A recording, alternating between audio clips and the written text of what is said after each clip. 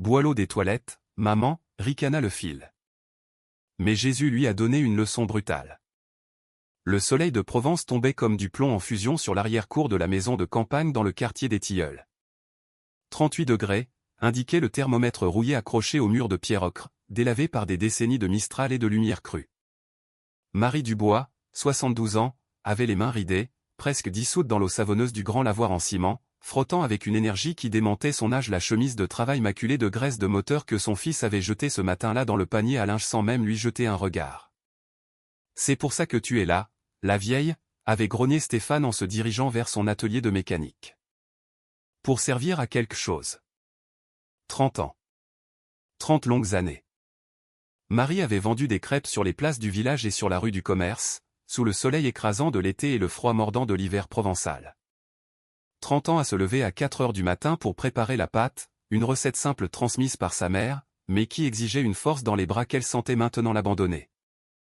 30 ans à porter la lourde crêpière en fonte, pesante comme une croix, à l'installer sur son trépied. 30 ans à entendre, combien les crêpes, la petite dame. Tandis que ses pieds gonflaient, douloureux, dans ses chaussures usées jusqu'à la corde. Tout ça pour que Stéphane puisse étudier, pour qu'il ait une vie meilleure que la sienne, loin de l'odeur de la pâte et du labeur incessant. Et maintenant, il gagnait bien sa vie dans son atelier de mécanique, le boulon malicieux, assez pour s'offrir une Renault 4 noire qu'il astiquait chaque semaine, pour se régaler de bœuf bourguignon le dimanche, et pour rire grassement avec ses amis en buvant des verres de vin rouge dans le jardin de devant. Et elle lavait, cuisinait, balayait, récurait, pendant que lui et sa femme, Sandrine, la traitaient comme une employée non déclarée, une ombre silencieuse dans leur maison. Marie sentit sa gorge se nouer. La soif était un supplice, une lame de rasoir qui lui sciait la glotte. Elle avait commencé la lessive à 14 heures, car Sandrine avait exigé qu'elle nettoie d'abord toute la maison, prépare le déjeuner et passe même un coup de balai dans l'atelier.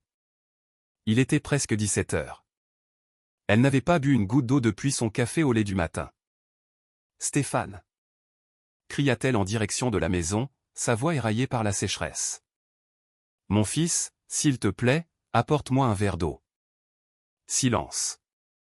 Seuls les éclats de rire des hommes dans le jardin de devant, le claquement sec des pièces de domino sur la table en plastique, le glouglou du vin versé dans les verres. « Stéphane !» cria-t-elle de nouveau, plus fort cette fois, sentant la sueur perler sur son front et couler dans son dos, trempant sa vieille robe à fleurs délavées. « S'il te plaît, de l'eau. » Cette fois, il y eut une réponse. Des pas lourds, traînants. La porte-fenêtre s'ouvrit à la volée. Stéphane apparut sur le seuil, le visage empourpré par l'alcool, un verre de vin à la main, les yeux vitreux. Derrière lui, 3 de ses amis le suivaient, tout aussi ivres, des sourires moqueurs plaqués sur leur visage. « Qu'est-ce que tu veux encore, la vieille ?» demanda Stéphane, ses mots s'empâtant. « De l'eau, mon fils. J'ai très soif. Ça fait 3 heures que je l'avais. » De l'eau, l'interrompit Stéphane en se tournant vers ses amis avec un sourire cruel. « Vous avez entendu, les gars ? La reine veut de l'eau. » Les hommes ricanèrent, un son gras et méprisant. Marie sentit son cœur se contracter jusqu'à devenir un petit caillou douloureux dans sa poitrine. « Stéphane, s'il te plaît, juste un verre. »« Bois l'eau des toilettes, maman. » hurla Stéphane. Et le rire qu'il lâcha fut si brutal, si sonore, qu'il manqua de s'étouffer avec son vin. « Il y en a plein là-dedans, et elle est fraîche. » Ses amis explosèrent de rire. L'un d'eux, un homme corpulent avec des tatouages sur les bras, se plia en deux, frappant le mur de la paume de sa main. « Non, Stéphane, » cria-t-il entre 2 hoquets de rire. « T'es un grand malade, toi. »« C'est vrai, quoi ?» insista Stéphane, s'approchant de sa mère d'un pas chancelant. « Pourquoi je me dérangerais alors que tu peux aller aux chiottes et boire directement dans la cuvette ? » Ou mieux, dit-il en désignant d'un geste vague le tuyau d'arrosage sale enroulé dans un coin de l'arrière-cour, celui qu'ils utilisaient pour laver la voiture et qui laissait toujours échapper une eau terreuse. « T'as ça, là. » Marie sentit les larmes lui brûler les yeux. Son propre fils. Le petit garçon qu'elle avait porté dans ses bras, qu'elle avait bercé quand il avait la fièvre, qu'elle avait nourri avec chaque crêpe vendue, chaque euro gagné à la sueur de son front. « Stéphane, je suis ta mère. Et moi, je suis celui qui paie cette maison. » Rugit-il, faisant un pas menaçant vers elle. Tu manges grâce à ce que je gagne, alors tu fais ce que je te dis. Et si je te dis de boire au tuyau, tu bois au tuyau. Sandrine apparut à la porte, s'essuyant les mains sur son tablier.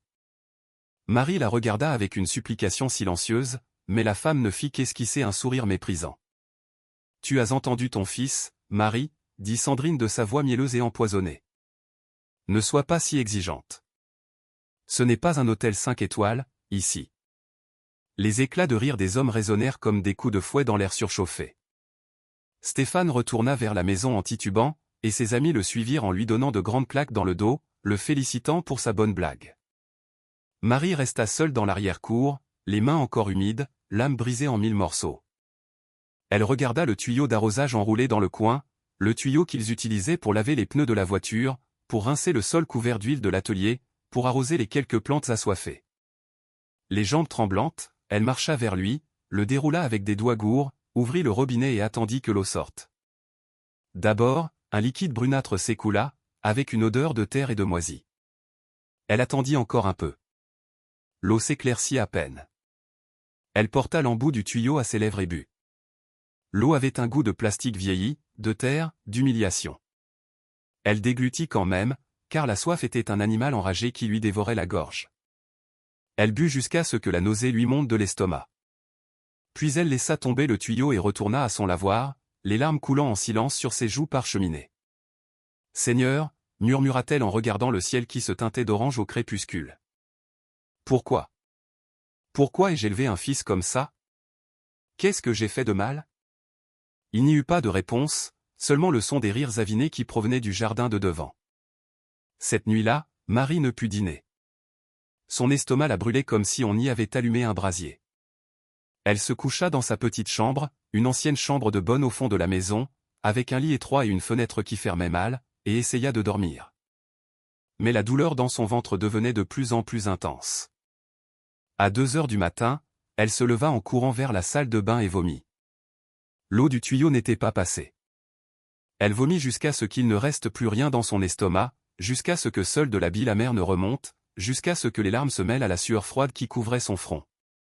Elle retourna en chancelant dans sa chambre. Elle s'agenouilla près du lit, les mains tremblantes jointes. « Père Céleste » murmura-t-elle d'une voix brisée, « je ne comprends pas. J'ai travaillé toute ma vie pour tout donner à mon fils. Je lui ai donné de l'amour, des sacrifices, chaque euro que j'ai gagné. Et maintenant il me traite pire qu'un chien. Il m'a dit de boire dans les toilettes, Seigneur. Mon propre fils. Le bébé que j'ai allaité, que j'ai soigné quand il était malade, que j'ai éduqué avec des larmes et des prières. » Sa voix se brisa en un sanglot déchirant. « Où es-tu, mon Dieu? M'as-tu abandonné, toi aussi? Est-ce la fin que je mérite après toute une vie à essayer de faire le bien? » Dehors, le vent nocturne de Provence sifflait dans les interstices de la fenêtre. Marie se recoucha, serrant son ventre douloureux, sentant chaque fibre de son être crier d'humiliation et d'abandon. Elle ne savait pas qu'à ce moment précis, quelque part dans les ombres du village, quelqu'un marchait pieds nus dans les ruelles poussiéreuses, quelqu'un qui avait entendu chaque mot de sa prière, quelqu'un qui venait pour rendre justice. Le jour suivant se leva sur un ciel couleur de cendre. Marie se réveilla avec de la fièvre. Elle sentait la chaleur irradier de sa propre peau, la sueur tremper les draps usés. Elle essaya de se lever pour préparer le petit déjeuner, car si elle ne le faisait pas, Stéphane crierait. Mais ses jambes ne lui répondirent pas. La chambre tournait autour d'elle. Elle resta couchée, tremblante, regardant les fissures du plafond qui ressemblaient à des cartes de pays qu'elle ne visiterait jamais. À 7 heures, elle entendit les cris. La vieille. Où est le petit déjeuner? C'était Stéphane, qui frappait la porte de sa chambre avec le poing. Ouvre, feignante. Je dois aller à l'atelier. Marie essaya de répondre, mais seul un faible gémissement sortit de sa gorge. La porte s'ouvrit violemment. Stéphane apparut, déjà vêtu de son bleu de travail, le front plissé. « Qu'est-ce que tu as encore » demanda-t-il avec agacement. « Je suis malade, mon fils, » murmura Marie. « L'eau d'hier m'a rendu malade. » Stéphane renifla. « Toujours avec tes drames. Lève-toi. Sandrine a faim et moi aussi. Je ne peux pas. J'ai de la fièvre. Je m'en fous. Cria Stéphane en donnant un coup de pied dans le mur. J'en ai marre de t'entretenir. Toute la journée tu te la coules douce comme une reine et moi je travaille comme un âne. Stéphane, s'il te plaît. La porte claqua, faisant trembler les cloisons minces. Marie entendit Stéphane crier à Sandrine, « Cette vieille ne sert plus à rien. Que des dépenses, un vrai fardeau. » Sandrine répondit de sa voix aiguë, « Tu devrais la mettre dans une maison de retraite publique, mon amour. Elle a fait son temps. Tu es grand maintenant, tu es autonome. Pourquoi la garder ici? » Tu as raison, répondit Stéphane. Dès que le mois est fini, je l'emmène dans un de ces hospices de l'État. Que la société s'occupe d'elle. Marie ferma les yeux. Les larmes roulèrent en silence sur ses tempes et se perdirent dans ses cheveux blancs.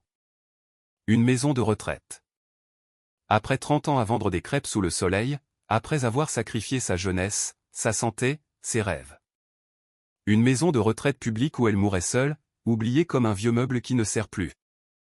Seigneur, murmura-t-elle, pourquoi ne me prends-tu pas maintenant? Pourquoi veux-tu que je continue à souffrir ainsi? Elle passa le reste de la journée entre la fièvre et les sommeils agités. Personne ne vint la voir. Elle entendit Sandrine préparer quelque chose à manger. Des crêpes brûlées, d'après l'odeur. Elle entendit Stéphane rentrer de l'atelier à midi. Elle les entendit manger en riant, en parlant d'acheter une nouvelle moto. Personne ne lui apporta ne serait-ce qu'un verre d'eau. Quand le soleil commença à décliner et que les ombres s'allongèrent dans sa chambre, Marie réussit à se lever avec effort. Elle devait aller aux toilettes. Elle s'appuya au mur, traînant les pieds, sentant que chaque pas était une agonie. Elle passa par la cuisine. Stéphane et Sandrine étaient assis devant la télévision, regardant un feuilleton télévisé. « Ah, t'es levé ?» demanda Stéphane sans se retourner. « T'as intérêt à préparer un bon petit déjeuner demain. Aujourd'hui, on a mangé de la merde. » Marie ne répondit pas. Elle continua son chemin jusqu'à la salle de bain. En revenant, elle vit que Stéphane avait laissé son assiette sale sur la table, avec des restes de haricots blancs et de riz collés. « Lave ça, » ordonna Sandrine depuis le canapé. « Je ne vais pas laisser les fourmis s'installer. » Marie regarda l'assiette, puis ses mains tremblantes, puis son fils qui ne détachait pas les yeux de l'écran. « Tu vas pas la laver, la vieille ?» demanda Stéphane d'une voix menaçante. Avec le peu de force qui lui restait, Marie lava l'assiette, puis retourna dans sa chambre et s'effondra sur son lit. Cette nuit-là, la fièvre empira. Elle délirait. Elle voyait son défunt mari, Pierre, debout dans un coin de la pièce, lui souriant de ce sourire qui lui manquait tant. « Bientôt, ma Marie, » lui disait Pierre. « Bientôt, tu te reposeras. »« Je veux partir avec toi, Pierre, » murmurait-elle, « je n'en peux plus. » Mais alors, elle entendait la voix de sa mère, morte depuis 20 ans, qui lui disait avec fermeté, « Pas encore, ma fille. Dieu a encore quelque chose pour toi. Patiente encore un peu. » À 23 heures, elle entendit frapper à la porte d'entrée. Des coups doux, presque timides. Toc, toc, toc. Stéphane ouvrit, de mauvaise humeur. « Qu'est-ce que vous voulez ?» aboya-t-il. Une voix d'homme, douce et lasse, « Excusez-moi, monsieur, pourriez-vous me donner un verre d'eau ?»« Dégagez !» cria Stéphane. « Je ne fais pas l'aumône au poivreau. Je ne suis pas ivre, monsieur. J'ai seulement soif. »« Que tu dégages, j'ai dit. » Le claquement de la porte résonna dans toute la maison. Marie, couchée dans sa chambre, entendit les pas de l'homme s'éloigner. Elle entendit le son de quelqu'un qui se traînait, fatigué, vaincu. Quelque chose en elle bougea, une force qu'elle ne savait pas posséder encore. Elle se leva du lit, chancelante, s'agrippant au mur. Elle sortit par la porte arrière de sa chambre, celle qui donnait sur l'arrière-cour, et contourna la maison d'un pas lent et douloureux. Dans la rue sombre, à peine éclairée par un lampadaire vacillant, elle vit la silhouette d'un homme. Il était assis sur le trottoir, le dos appuyé contre le mur en pierre de la maison voisine. Il portait des vêtements élimés, des sandales usées, les cheveux longs et en désordre. Son visage était couvert de la poussière du chemin. « Excusez-moi, » dit Marie d'une voix faible. « Monsieur. » L'homme leva la tête. Ses yeux. Marie n'oublierait jamais ses yeux. Ils étaient profonds, sombres, mais il y avait quelque chose en eux. Quelque chose qui semblait vous transpercer jusqu'à l'âme, non pas avec jugement, mais avec une compassion si immense que c'en était douloureux. « Oui, madame » demanda l'homme d'une voix douce. « Voulez-vous entrer » demanda Marie, presque sans voix. « Je peux. Je peux vous donner de l'eau et quelque chose à manger. » L'homme sourit. Un sourire triste, mais plein de tendresse. « Je ne voudrais pas vous déranger, madame. On voit que vous êtes malade. » Ce n'est pas un dérangement, insista Marie. « S'il vous plaît. » L'homme se leva avec des mouvements lents, comme si chaque muscle lui faisait mal. Il suivit Marie par l'arrière-cour, entrant par la porte de service. Elle le guida jusqu'à la petite table qu'elle avait dans sa chambre, une vieille table en bois avec une chaise bancale. « Asseyez-vous, je vous en prie, » dit Marie. « Je vous apporte de l'eau. » Elle alla à la cuisine, se déplaçant comme un fantôme, et remplit un verre d'eau de la carafe. Elle prit aussi 3 crêpes qu'elle avait mises de côté et un morceau de fromage qu'elle avait gardé. Elle retourna dans sa chambre. L'homme prit le verre et but lentement, les yeux fermés, comme si c'était l'eau la plus précieuse du monde. « Merci, madame, dit-il quand il eut fini. Que Dieu vous bénisse. » Marie s'assit sur son lit, sentant que ses jambes ne la portaient plus. « D'où venez-vous » demanda-t-elle. « De loin, » répondit l'homme. « Très loin.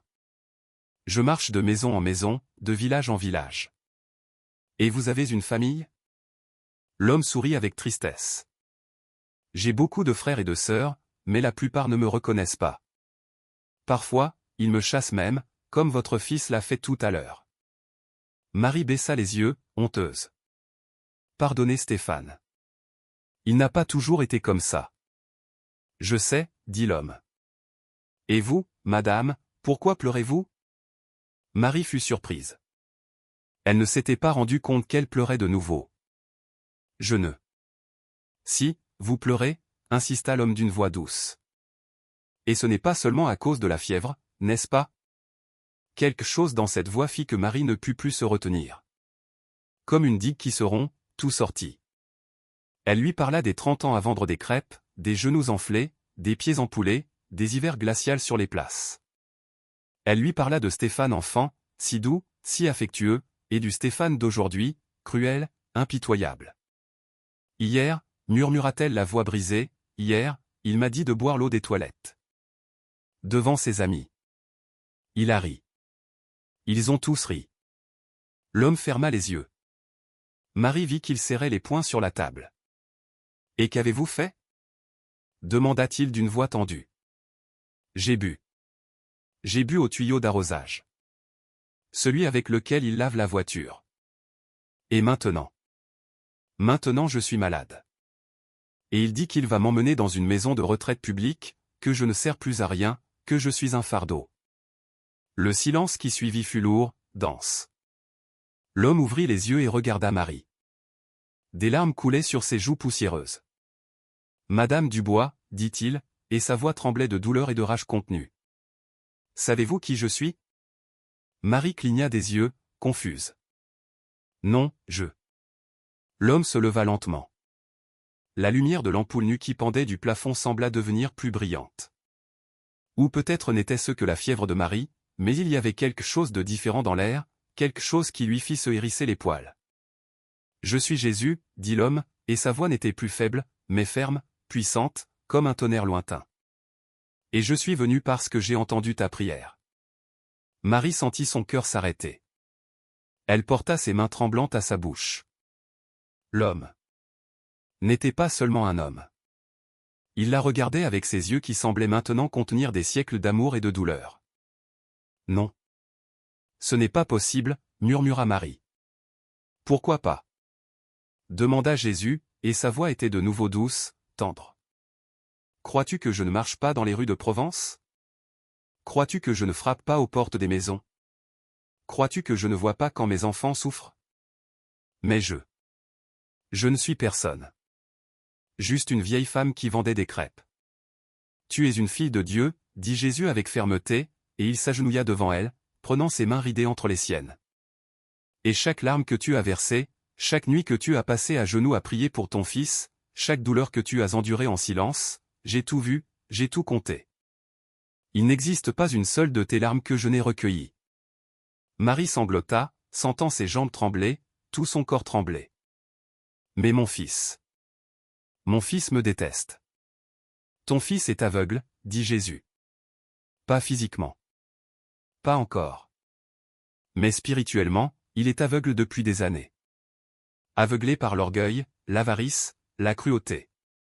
Et la parole dit, dans les Proverbes, chapitre 30, verset 17. Il s'arrêta, ferma les yeux. Quand il reprit la parole, sa voix résonna comme des cloches d'église. L'œil qui se moque d'un père et qui dédaigne l'obéissance envers une mère, que les corbeaux du torrent le crèvent, et que les petits de l'aigle le dévorent. Le silence qui suivit fut absolu. On n'entendait même plus la télévision depuis le salon. C'était comme si le monde entier retenait son souffle. Ton fils t'a dit de boire dans les toilettes, continua Jésus. Et il y avait maintenant de l'acier dans sa voix. Il t'a humilié devant des étrangers. Il t'a traité pire qu'un animal. Et pour cela, cette nuit, il apprendra le sens de l'obscurité. Quoi? Qu'est-ce qui va se passer? Demanda Marie, effrayée. Justice, répondit Jésus simplement. Pas vengeance, justice. Il t'a enlevé ta dignité, je lui enlèverai la vue. Il t'a fait te sentir invisible, je le ferai vivre dans les ténèbres. Et seulement ainsi, dans l'obscurité totale, il apprendra à voir vraiment. Mais c'est mon fils. Pleura Marie. Je le sais, dit Jésus, et les larmes revinrent à ses yeux. Crois-moi, Marie. Je le sais. J'ai eu une mère, moi aussi. Je sais aussi ce qu'est la douleur d'un fils. Mais certains fils ont besoin de se perdre complètement pour pouvoir se retrouver. Certains ont besoin de tomber jusqu'au fond du puits pour lever les yeux et se souvenir qu'il y a un ciel. Il se releva. Il se dirigea vers la porte, mais avant de sortir, il se retourna. Repose-toi, Marie. Demain, tu te réveilleras sans fièvre. Et demain aussi, tu te réveilleras libre. Car personne ne maltraite les miens sans conséquence. Attendez. Appela Marie en tendant une main tremblante. Mais quand elle regarda, la porte était ouverte et l'homme avait disparu, comme s'il n'avait jamais été là. Il ne restait que le verre vide sur la table et un parfum étrange dans l'air, un parfum de myrrhe, d'encens, quelque chose d'ancien et de sacré. Marie se laissa tomber sur le lit, le cœur battant si fort qu'elle crut qu'il allait sortir de sa poitrine. Était-ce réel ou le délire de la fièvre? Elle ferma les yeux et, pour la première fois depuis des jours, s'endormit profondément. Dans le salon, Stéphane bâilla et éteignit la télévision. Il était presque minuit. Sandrine était déjà allée se coucher. Il alla à la salle de bain, se brossa les dents négligemment et se glissa dans le lit à côté de sa femme. « Demain, j'appelle la maison de retraite, » murmura-t-il avant de s'endormir. « J'en ai vraiment marre de la vieille. » Il ferma les yeux et ne les rouvrit plus. Pas de la manière qu'il connaissait. À 3 heures du matin, Stéphane se réveilla avec un cri qui fit trembler les murs.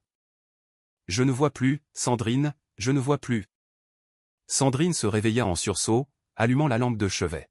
« Quoi? Qu'est-ce qui se passe? Tout est noir. » hurla Stéphane, portant les mains à ses yeux, touchant désespérément ses paupières. « Je ne vois rien.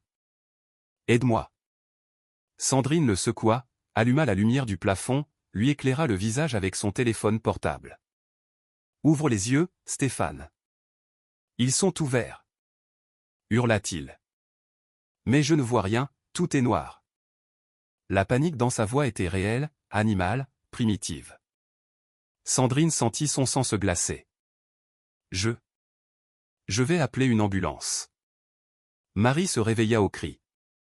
Elle se leva du lit et fut surprise de constater qu'elle pouvait le faire sans effort, que la fièvre avait disparu, qu'elle se sentait plus forte que jamais. Elle courut vers la chambre de Stéphane. Elle le trouva assis sur le lit, les mains couvrant son visage, sanglotant comme un enfant, tandis que Sandrine composait désespérément le numéro des urgences. « Stéphane, » murmura Marie. « Maman !» cria Stéphane en entendant sa voix, et il tendit les mains vers là où il pensait qu'elle se trouvait, tâtonnant l'air comme un aveugle. « Maman, je ne vois plus. Aide-moi. Fais quelque chose. » Marie sentit son cœur se briser. Malgré tout, malgré les humiliations, la cruauté, il restait son fils, l'enfant qu'elle avait bercé dans ses bras. « L'ambulance arrive, mon fils, dit-elle d'une voix brisée. 20 minutes plus tard, les ambulanciers arrivèrent. Ils mirent Stéphane sur la civière tandis qu'il criait, désorienté, terrifié. Ils l'emmenèrent à l'hôpital régional. Le médecin qui s'occupa de lui était un homme âgé, avec des lunettes épaisses et une expression sérieuse. Après l'avoir examiné pendant 2 heures, il sortit dans la salle d'attente où Marie et Sandrine attendaient. « Famille de Stéphane Dubois », appela-t-il. Marie se leva, les jambes tremblantes. « Je suis sa mère. » Le médecin soupira profondément. « Madame, votre fils a subi un décollement bilatéral de la rétine.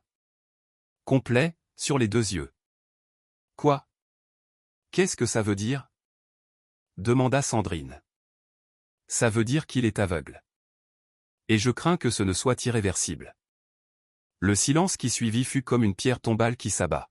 « Non, » murmura Sandrine. « Ce n'est pas possible. Faites quelque chose. Une opération. » « Il n'y a pas d'opération pour ça, » dit le médecin avec regret. « Les dommages sont trop étendus. Je n'ai jamais vu une chose pareille. C'est comme si quelque chose avait arraché les rétines. En 40 ans de médecine, je n'ai jamais rien vu de tel. » Marie ferma les yeux. Elle entendit de nouveau la voix de Jésus, l'œil qui se moque d'un père. « Que les corbeaux du torrent le crèvent. »« Vous pouvez aller le voir ?» demanda le médecin. « Il est très agité. » Ils entrèrent dans la chambre. Stéphane était assis sur le lit d'hôpital, des bandeaux couvrant ses yeux, les mains agrippant les draps blancs. Quand il entendit des pas, il tourna la tête vers là où il croyait qu'il se trouvait. « Maman » appela-t-il d'une petite voix effrayée. « C'est toi. »« Oui, mon fils, » répondit Marie. « Je suis là. » Stéphane se mit à pleurer, des larmes qui s'infiltraient à travers les bandeaux. « Maman, pardon. Pardonne-moi. Je ne voulais pas. Je ne. » Il se tut, car à ce moment-là, il se souvint. Il se souvint des mots qu'il avait prononcés. « Bois l'eau des toilettes, maman. » Il se souvint des éclats de rire. Il se souvint d'elle, buvant à ce tuyau d'arrosage sale. Et maintenant, lui, il ne reverrait plus jamais. Plus jamais un lever de soleil. Plus jamais le visage de sa mère. Plus jamais son propre reflet dans le miroir. « Pardonne-moi, » sanglota-t-il. « Pardonne-moi, maman. » Marie s'approcha, lui prit la main. La main de son fils, qui tremblait comme une feuille au vent. « Je te pardonne, Stéphane, » dit-elle, bien que les larmes coulassent sur ses propres joues. « Mais ceci n'est pas mon œuvre. » Les jours suivants furent un enfer pour Stéphane. Pas seulement physiquement à apprendre à se mouvoir dans un monde de ténèbres totales, trébuchant sur les meubles, se brûlant avec la cuisinière, tombant dans les escaliers mais mentalement. L'obscurité extérieure n'était rien comparée à l'obscurité intérieure qui le consumait. Sandrine, qui l'avait tant encouragé à maltraiter sa mère, le voyait maintenant comme un fardeau. « Je n'ai pas signé pour ça, » lui dit-elle la 3e nuit, alors qu'il pleurait dans son lit. « Je ne me suis pas mariée pour être la nounou d'un aveugle. »« Sandrine, s'il te plaît, » supplia Stéphane. « Ne me quitte pas. »« On verra, » répondit-elle froidement. Marie entendait tout depuis sa chambre, et malgré la douleur, malgré la tristesse, elle ressentait autre chose, quelque chose qu'elle n'avait pas ressenti depuis des années, la paix. Une paix profonde, comme lorsque la mer se calme après la tempête. Les voisins commencèrent à être au courant. La nouvelle se répandit comme une traînée de poudre dans le quartier des Tilleuls. Le Stéphane de l'atelier s'est réveillé aveugle, disait-on à l'épicerie. Vous avez entendu? Il est arrivé quelque chose de bizarre au fils de la Marie. Murmuraient les femmes au marché. Certains venaient par curiosité morbide, sonnant à la porte pour confirmer si c'était vrai. Stéphane entendait les voix depuis sa chambre obscure, sentant comment il devenait le ragot du quartier, l'avertissement vivant de ce qui arrive quand on maltraite ses parents. Un après-midi, Jean-Pierre, le propriétaire de la quincaillerie où Stéphane achetait ses outils pour son atelier, se présenta à la porte. C'était un homme de 60 ans, un catholique dévot, avec un chapelet toujours accroché au rétroviseur de sa fourgonnette. « Je suis venu voir si c'est vrai, » dit Jean-Pierre quand Sandrine lui ouvrit. « Entrez, » répondit-elle avec lassitude. Jean-Pierre entra dans la chambre où Stéphane était assis dans l'obscurité, palpant les murs pour s'orienter. « Stéphane, c'est moi, Jean-Pierre. »« Jean-Pierre » murmura Stéphane en tournant la tête vers le son de la voix. L'homme plus âgé s'assit sur la chaise à côté du lit. Il garda le silence un long moment, étudiant l'homme qui avait été son client pendant des années. Celui qui arrivait toujours dans sa Renault 4 noire, fier, riant fort, se vantant de ses profits. « C'est vrai ce qu'on dit ?» demanda finalement Jean-Pierre. « Que tu as dit à ta mère de boire l'eau des toilettes ?» Stéphane ferma les yeux, un geste inutile maintenant, et hocha la tête, baissée. « Oui, c'est vrai. » Jean-Pierre soupira profondément. « Mon garçon, je vais te raconter quelque chose que je n'ai jamais dit à personne. Quand j'avais ton âge, j'ai aussi maltraité ma mère. Pas aussi gravement que toi, mais je l'ai fait pleurer de nombreuses fois. Un jour, elle m'a dit, « Felipe, souviens-toi que tout ce que tu fais te revient, multiplié par 10. Si tu sèmes l'amour, tu récolteras l'amour. Si tu sèmes le mépris, tu récolteras le tourment. » Je ne l'ai pas cru. Mais regarde, te voilà, vivant cette vérité. On ne joue pas avec Dieu, Stéphane. On ne joue pas avec Dieu. Il se leva pour partir, mais avant de sortir, il posa une main sur l'épaule de Stéphane. Prie, mon garçon. Prie jusqu'à ce que tes genoux saignent. C'est la seule chose qui puisse te sauver maintenant. Une semaine après l'incident, Stéphane demanda à parler à sa mère. Marie entra dans la chambre. Il était assis sur le bord du lit, la tête basse, les mains jointes. « Maman » commença-t-il d'une voix rauque. « J'ai besoin que tu me racontes ce qui s'est passé cette nuit-là. »« Quelle nuit ?» demanda Marie, bien qu'elle sût parfaitement à laquelle il faisait référence. « La nuit où je suis devenu aveugle.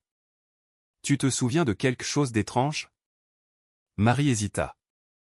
Puis elle s'assit sur la chaise en face de lui. « Un homme est venu, » dit-elle lentement. « Un mendiant. Il a frappé à la porte. Tu l'as chassé. »« Je m'en souviens, » murmura Stéphane, honteux. « Mais je suis sorti et je l'ai fait entrer dans ma chambre. Je lui ai donné de l'eau, des crêpes. Et Elle s'arrêta. Les mots étaient difficiles à dire à voix haute. Quoi ? Pressa Stéphane. Il m'a dit qu'il était Jésus. Le silence fut si profond qu'on pouvait entendre le tic-tac de l'horloge murale dans le salon. Tic-tac. Tic-tac. Quoi ? Demanda finalement Stéphane d'une voix étranglée. Il m'a dit qu'il était Jésus, répéta Marie. Il m'a dit qu'il était venu parce qu'il avait entendu ma prière. Et il m'a dit que tu allais payer pour ce que tu m'avais fait. Non, murmura Stéphane. Non, non, non. Il a cité un verset, continua Marie. Proverbe 30, 17. L'œil qui se moque d'un père. Que les corbeaux du torrent le crèvent. Stéphane porta les mains à son visage, touchant les bandeaux qui couvraient ses yeux morts. C'était lui. Vraiment, c'était lui. Je ne sais pas, mon fils, répondit Marie honnêtement. Peut-être que ce n'était qu'un homme. Peut-être que je délirais à cause de la fièvre. Ou peut-être que c'était bien lui. Est-ce que ça a de l'importance ? Ce qui importe, c'est que tu m'as traité comme une ordure et maintenant. Maintenant je suis aveugle, termina Stéphane, et sa voix était un gémissement d'animal blessé. Aveugle pour toujours, parce que je t'ai dit de boire dans les toilettes. Oui. Stéphane s'effondra. Il tomba à genoux sur le sol, sanglotant, frappant le carrelage de ses poings. Pardonne-moi, mon Dieu, pardonne-moi. J'ai été un monstre. J'ai été pire qu'un démon. Marie le regarda pleurer. Une partie d'elle voulait le consoler, le serrer dans ses bras comme quand il était enfant et qu'il faisait des cauchemars. Mais une autre partie, La partie qui avait été humiliée, frappée émotionnellement, réduite à moins que rien, cette partie resta immobile. Je t'ai déjà pardonné, Stéphane, dit-elle finalement. Mais le pardon n'efface pas les conséquences. Qu'est-ce que je vais faire? Pleura Stéphane. L'atelier, mon affaire. Comment vais-je travailler si je ne vois pas? Je ne sais pas. Tu vas t'occuper de moi? Demanda-t-il alors, levant la tête vers là où il croyait que sa mère se trouvait. Tu vas rester avec moi? Marie respira profondément. Non. Le mot tomba comme un marteau. Quoi? Murmura Stéphane. Je ne resterai pas, répéta Marie d'une voix ferme. Ta cousine Chloé m'a invité à vivre avec elle dans un village en Normandie. Je pars après-demain. Mais j'ai besoin de toi. Tu n'avais pas besoin de moi quand tu me faisais laver ton linge sale, dit Marie, et il y avait maintenant de l'acier dans sa voix. Tu n'avais pas besoin de moi quand tu me disais de boire dans les toilettes.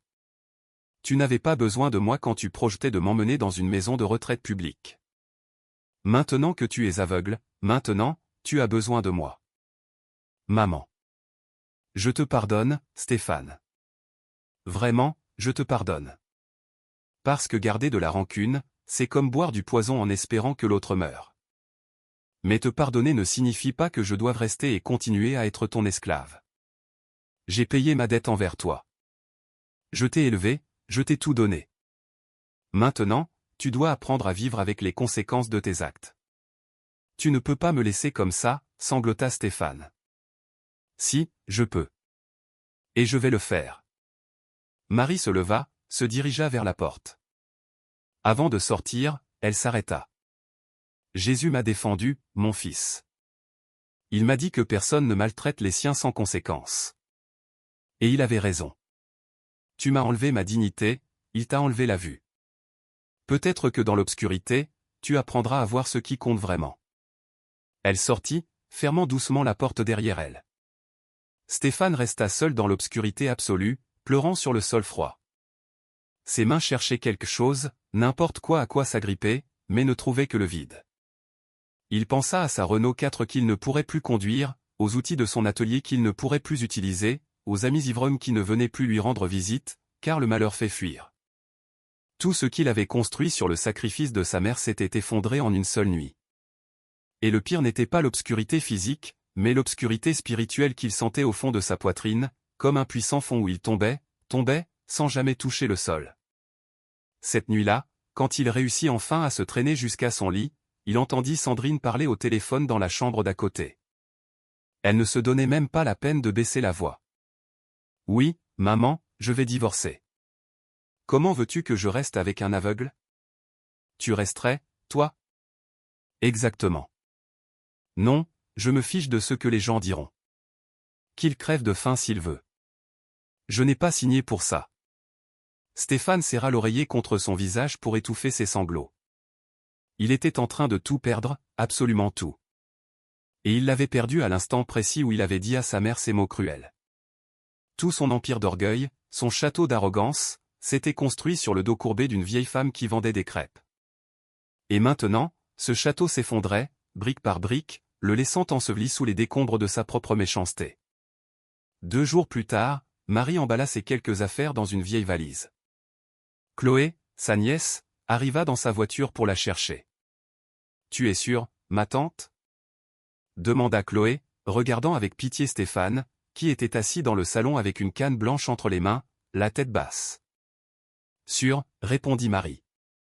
Sandrine ne sortit pas pour dire au revoir. Elle était dans la chambre, au téléphone avec un avocat spécialiste du divorce. Marie s'approcha de Stéphane une dernière fois. « Au revoir, mon fils. » Stéphane tendit une main tremblante. « Maman, s'il te plaît. »« Prie, Stéphane, dit Marie doucement. Prie comme j'ai prié toutes ces années. Peut-être que Dieu entendra tes prières comme il a entendu les miennes. Peut-être qu'il te donnera une autre chance. Ou peut-être. Peut-être que c'est ton chemin, ta croix à porter. Je ne sais pas.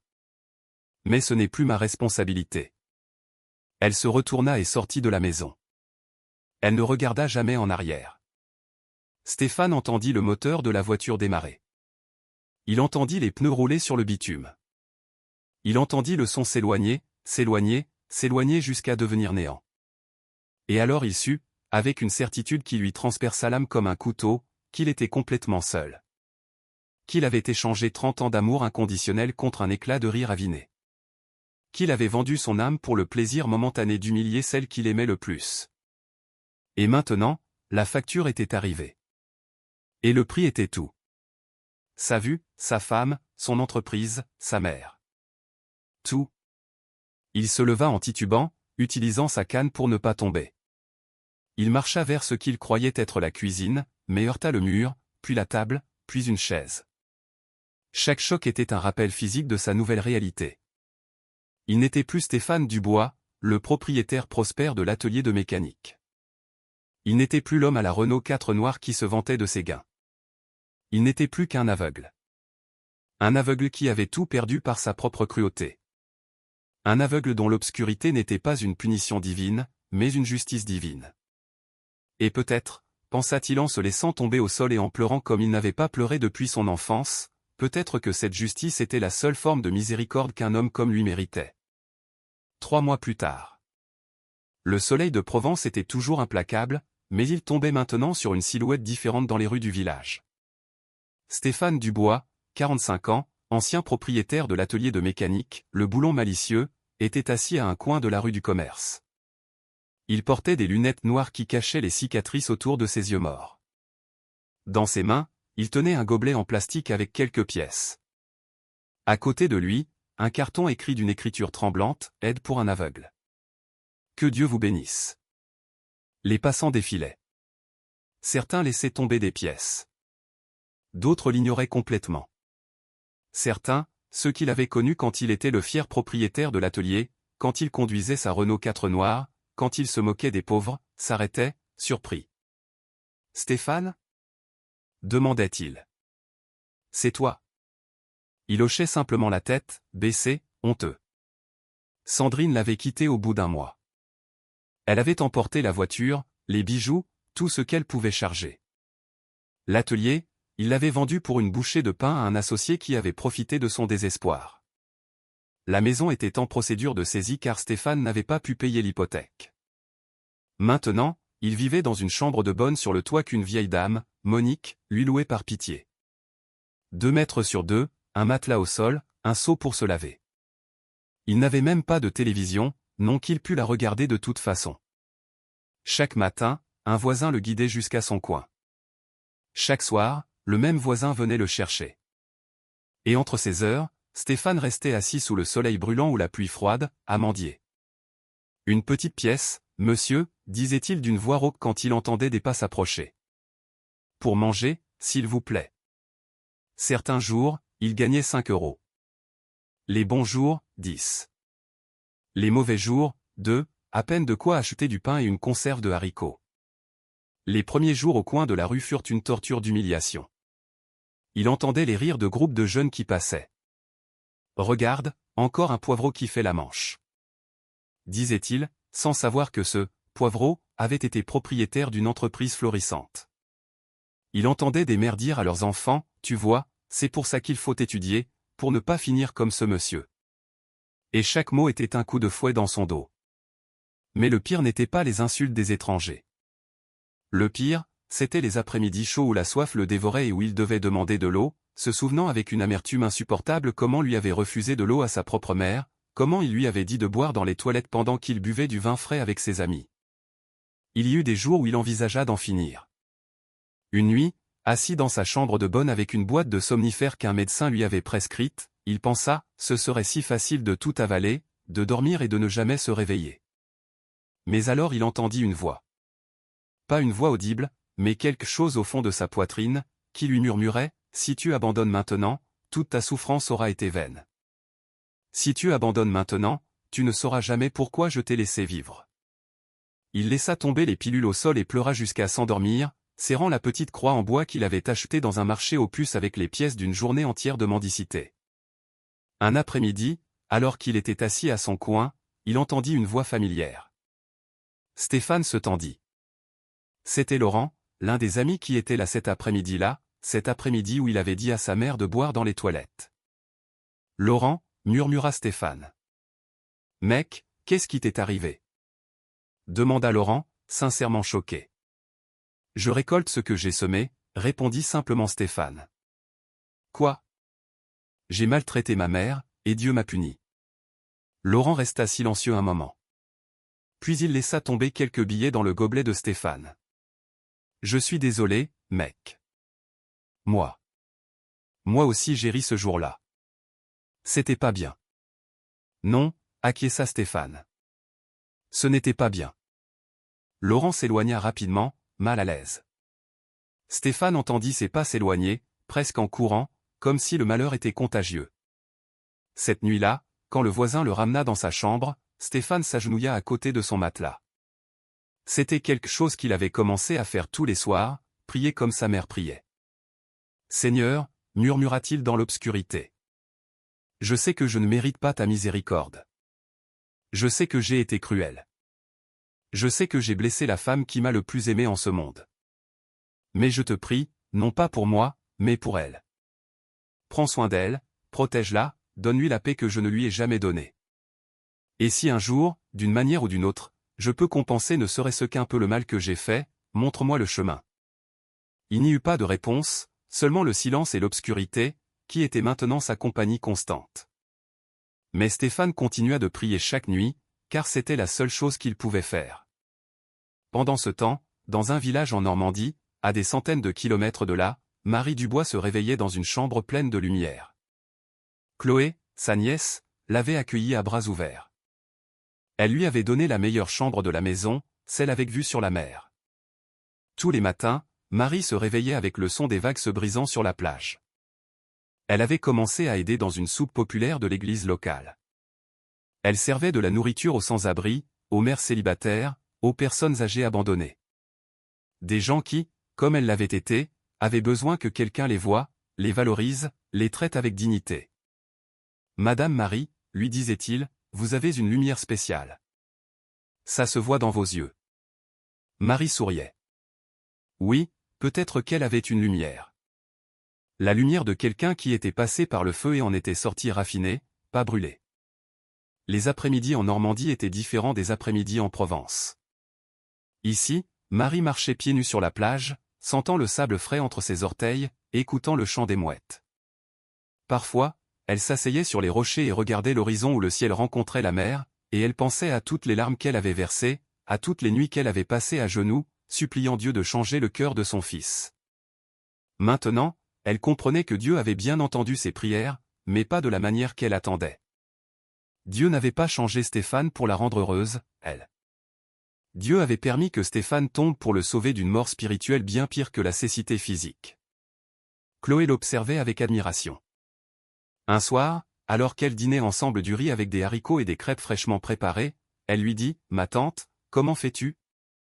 Comment peux-tu être en paix après tout ce que tu as traversé? Si mon fils m'avait traité comme ça, je... » Marie posa sa fourchette et regarda sa nièce avec ses yeux qui brillaient maintenant d'une sagesse acquise par la souffrance. « Chloé, ma chérie, je vais te dire quelque chose que j'ai appris. Le pardon n'est pas pour celui qui t'a fait du mal. Le pardon est pour toi-même. Si j'étais restée accrochée à la rancune, liée à la douleur, je serais morte de l'intérieur. Stéphane a déjà sa punition. Il paie déjà pour ce qu'il a fait. Pourquoi devrais-je porter ce fardeau, moi aussi? Dieu s'est chargé de rendre justice. Moi, je me charge de vivre en paix. » Un après-midi, alors qu'elle servait de la soupe à un homme âgé, l'homme la fixa. « Vous avez connu Jésus, n'est-ce pas? » Marie s'arrêta, la louche à la main. « Comment le savez-vous? » L'homme sourit. Il avait les yeux brillants, sages. Parce que seuls ceux qui ont été défendus par lui ont cette paix dans le regard. Cette certitude que, quoi qu'il arrive, ils ne sont pas seuls. Marie hocha lentement la tête.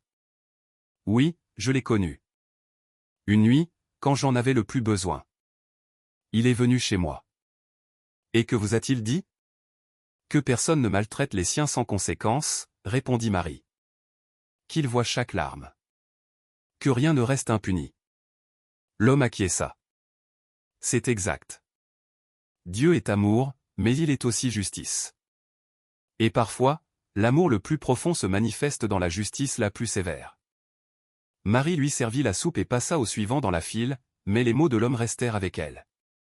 Cette nuit-là, avant de dormir, elle s'agenouilla près de son lit. « Merci, Seigneur, murmura-t-elle. Merci de m'avoir défendu quand je ne pouvais pas me défendre seule.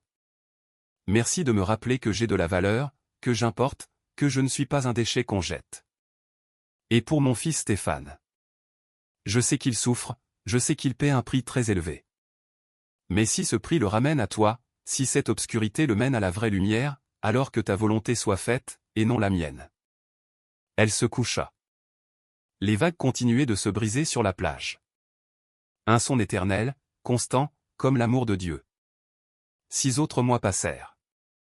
Stéphane était toujours à son coin de rue, mais quelque chose avait changé en lui. Il ne se contentait plus de mendier. Maintenant, quand quelqu'un s'arrêtait, il leur racontait son histoire. « J'ai maltraité ma mère, disait-il sans honte. Je lui ai dit de boire dans les toilettes. Je me suis moqué d'elle. Et Dieu m'a rendu aveugle pour que j'apprenne la leçon. » Certains se moquaient. D'autres s'éloignaient, mal à l'aise. Mais d'autres restaient et écoutaient. Et certains de ceux-là pleuraient.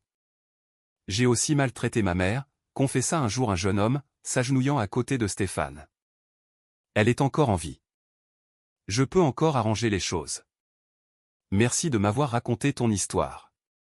Tu m'as sauvé de commettre la même erreur. » C'étaient les pièces qui avaient le plus de valeur pour Stéphane. Pas celles en métal, mais celles de la rédemption. Savoir que sa tragédie pouvait empêcher d'autres de tomber dans le même abîme. Un samedi après-midi, une femme s'arrêta devant lui. Stéphane entendit le son de sa respiration agitée, comme si elle avait couru. « C'est vrai ? » demanda la femme d'une voix tremblante. « Ce que dit ce carton ? Dieu vous a vraiment rendu aveugle pour avoir maltraité votre mère ? » Stéphane acquiesça lentement. « C'est vrai, madame. » Chaque mot. La femme se laissa tomber sur le trottoir à côté de lui. Stéphane l'entendit se mettre à pleurer. « Mon fils, » sanglota-t-elle. « Mon fils me traite horriblement. Il me dit que je suis un fardeau, qu'il espère que je mourrai bientôt pour récupérer ma maison. Et je ne savais pas quoi faire. Je marchais par ici, en pensant en finir. Mais j'ai vu votre carton. Et maintenant ? Maintenant vous savez que Dieu voit, » compléta Stéphane d'une voix douce. « Dieu voit tout, madame. Et même s'il semble que ceux qui font le mal prospèrent, croyez-moi, l'addition arrive toujours. Toujours. » La femme se leva, lui laissa un billet de 20 € dans le gobelet. « Merci, » dit-elle. « Vous ne savez pas à quel point j'avais besoin d'entendre ça. Je vais continuer à vivre, et je vais continuer à prier. Parce que si Dieu a défendu votre mère, il me défendra aussi. » Elle s'éloigna et Stéphane sentit quelque chose d'étrange dans sa poitrine, quelque chose qu'il n'avait pas ressenti depuis des mois, quelque chose qui ressemblait dangereusement à de l'espoir. Peut-être que sa cécité n'était pas seulement une punition. Peut-être était-elle aussi un outil. Peut-être que Dieu l'avait rendu physiquement aveugle pour qu'il puisse voir spirituellement le véritable but, être le témoignage vivant que la justice divine est réelle, que personne n'échappe aux conséquences de ses actes, mais aussi que même dans la punition la plus sévère, il peut y avoir rédemption. Un jour de décembre, exactement 1 an après cette nuit terrible, Stéphane était à son coin de rue quand il entendit des pas s'approcher. Des pas qu'il reconnaîtrait n'importe où. « Maman » murmura-t-il, n'osant y croire.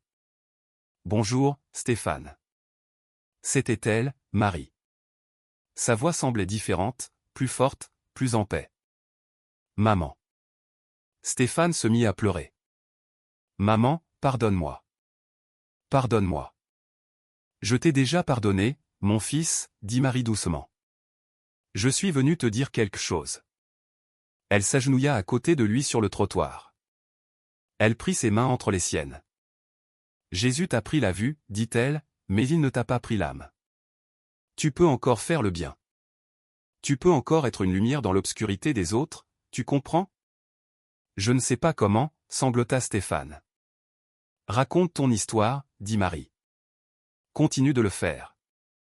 Chaque personne qui écoute et qui change est une graine de lumière. C'est ta mission maintenant, ta rédemption. Et toi? Demanda Stéphane. Tu me détestes? Non, répondit Marie honnêtement. Je ne te déteste pas. J'ai pitié de toi. Mais je crois aussi que Dieu est à l'œuvre en toi, seulement d'une manière que tu n'attendais pas. Elle mit quelque chose dans la main de Stéphane. Des billets, plusieurs billets. C'est pour que tu manges bien ce mois-ci, dit-elle, et pour que tu loues une chambre meilleure. Mais je ne reviendrai pas, Stéphane. C'est mon adieu. Tu as ton chemin, j'ai le mien. Maman. Au revoir, mon fils. Que Dieu te bénisse et continue de te façonner jusqu'à ce que tu sois l'homme qu'il a toujours voulu que tu sois. Elle se leva. Stéphane entendit ses pas s'éloigner. Cette fois, il ne cria pas, il ne supplia pas. Il resta juste là, avec les billets dans la main, pleurant en silence. Et pour la première fois en un an, ce n'étaient pas des larmes de désespoir. C'étaient des larmes de gratitude. Cette nuit-là, Stéphane compta l'argent que sa mère lui avait laissé. Il y avait 300 €. Une fortune pour quelqu'un qui survivait avec 2 € par jour. Il pouvait bien manger pendant des semaines. Il pouvait louer une chambre plus décente, s'acheter des vêtements qui n'étaient pas élimés et pleins de trous. Mais en tenant ses billets entre ses doigts tremblants, il sentit quelque chose qu'il n'avait pas ressenti depuis longtemps, le besoin de faire quelque chose de bien, de semer quelque chose de différent de ce qu'il avait semé toute sa vie. Il se leva de son matelas, marcha en tâtonnant les murs jusqu'à la porte et descendit les escaliers avec précaution. Il sortit dans la rue et marcha lentement, utilisant sa canne, jusqu'à la maison de Monique, la voisine qui lui louait la chambre par pitié. Monique, appela-t-il en arrivant à sa porte. La femme ouvrit, surprise de le voir là à cette heure. Stéphane, que se passe-t-il? Tenez, dit Stéphane en lui tendant 100 €. C'est pour vous acheter ce médicament dont vous avez besoin. Je vous ai entendu dire que vous n'aviez pas assez d'argent.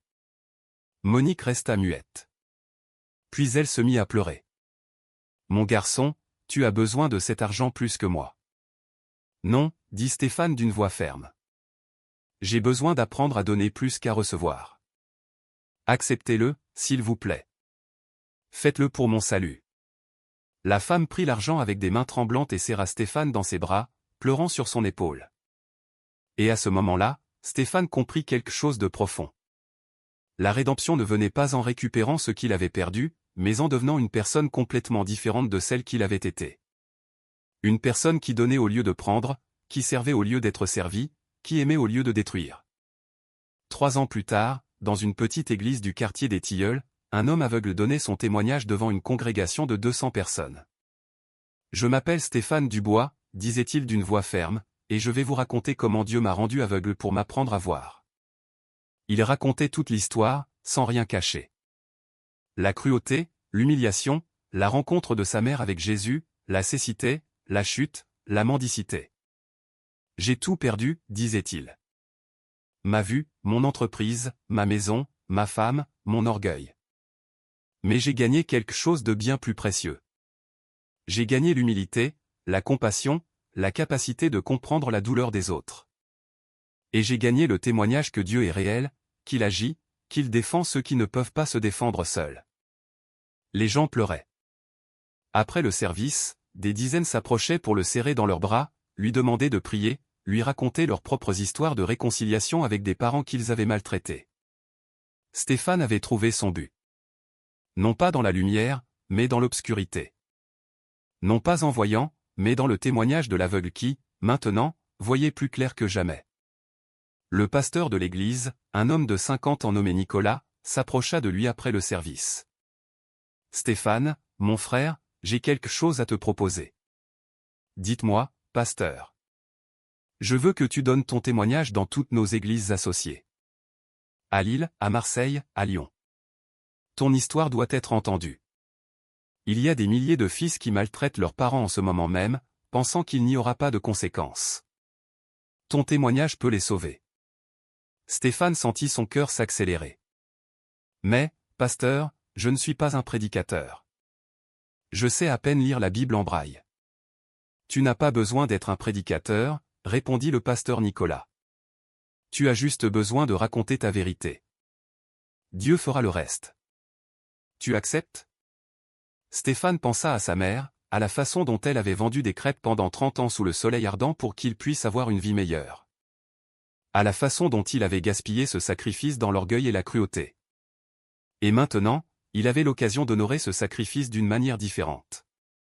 De transformer sa honte en victoire, sa chute en témoignage, son obscurité en lumière pour les autres.